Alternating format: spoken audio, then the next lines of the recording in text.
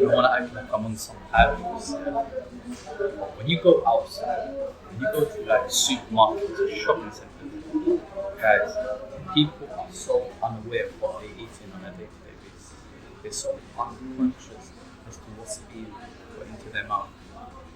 And it's actually frightening if you actually really think about it. The statistics are showing that the obesity epidemic is at its all-time highest.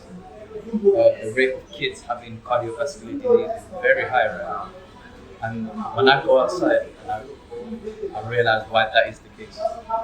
If you go to Grace and you get a regular cheese and onion pasty, what people don't realize is that's probably about 400 calories. Nor is it full of any protein, nor is it full of any nutrition. It's full of fats and carbs. Fats and carbs are not terrible, but the source of fats and carbs that they're getting from are, right? So if you get your fats from avocado, from salmon, and it's in a balanced manner, but bear in mind, they're eating 400 calories, guys. And that's a snack. That's not a meal by any means whatsoever. They can eat that, wait 1 hour, and they could probably go to McDonald's or something along those lines. I just saw a Minister worker, Hijabi girl. She had a milkshake, what looked like a frappe, and alongside that frappe, she was having a chocolate twist pretzel. And alongside that, she had like some other kind of bakery goods. And I'm guessing around this time, that is her lunch break. So that's what she's eating for lunch.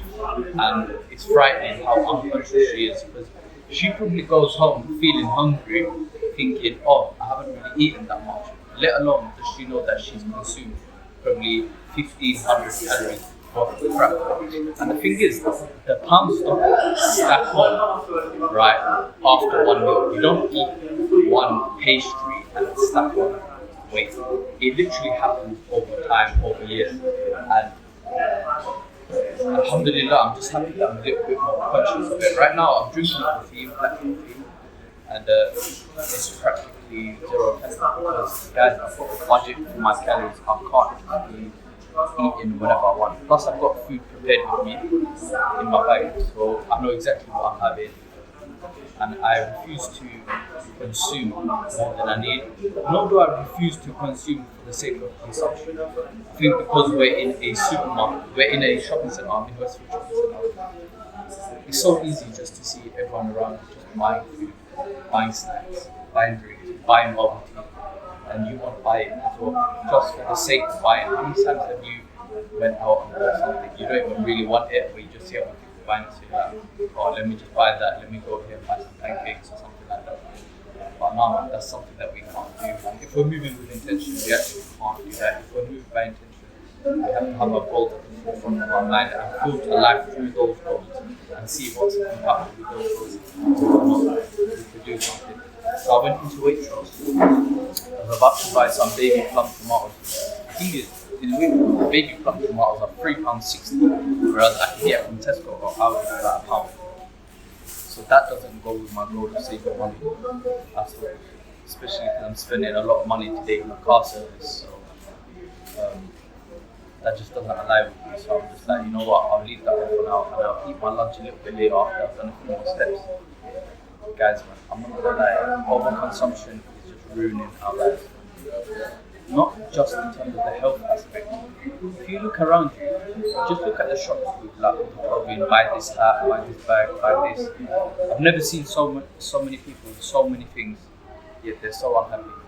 It's actually a constant loop, a constant cycle, right? You want the next shiny thing, and then you buy the next shiny thing, and then you realize it's actually not all it seems. You realize that the pursuit of getting that thing is actually more enjoyable than the thing itself. And I've realized that as well. So when you go out and buy stuff, buy it with intention. It's better that you buy something a bit more on the expensive side, but it's going to last you for 10 years, rather than going for quick fashion, quick things that you can buy from Primark, that you can buy from Boohoo, man, and then you're going to throw it out literally within a couple of months, or it's just going to be sitting in the back of your cupboard. Really and truly, the less you have, the more you appreciate what you do have, and you actually utilize what you have, and it gives you a bit of freedom. It give you that financial freedom as well, because you're not constantly spending so much money on clothing and food. You just enjoy what you got. You don't. It's not the pursuit of the next thing. You're not dying with that, right? You can pursue something that's bigger than yourself. That's why when you guys, I know you guys have been constantly messaging me on the comments, asking this, asking that. This is probably when you guys are in your early 20s. This is probably one of the most important things we need to learn from our parents' generation. Remember, our parents' generation, they were a bit more stingy, or perhaps that they would be a bit more frugal with their money.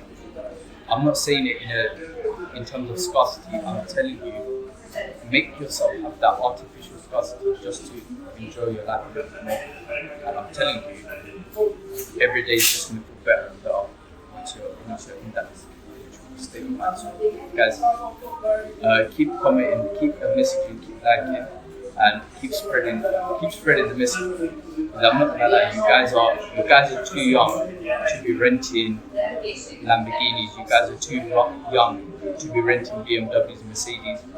Bear in mind, guys, even if you own that Lamborghini or that Mercedes that you guys want, the most that's gonna come out of it is someone's gonna come to you and be like, nice car, bro. And that's it. And then you're in a financial stress.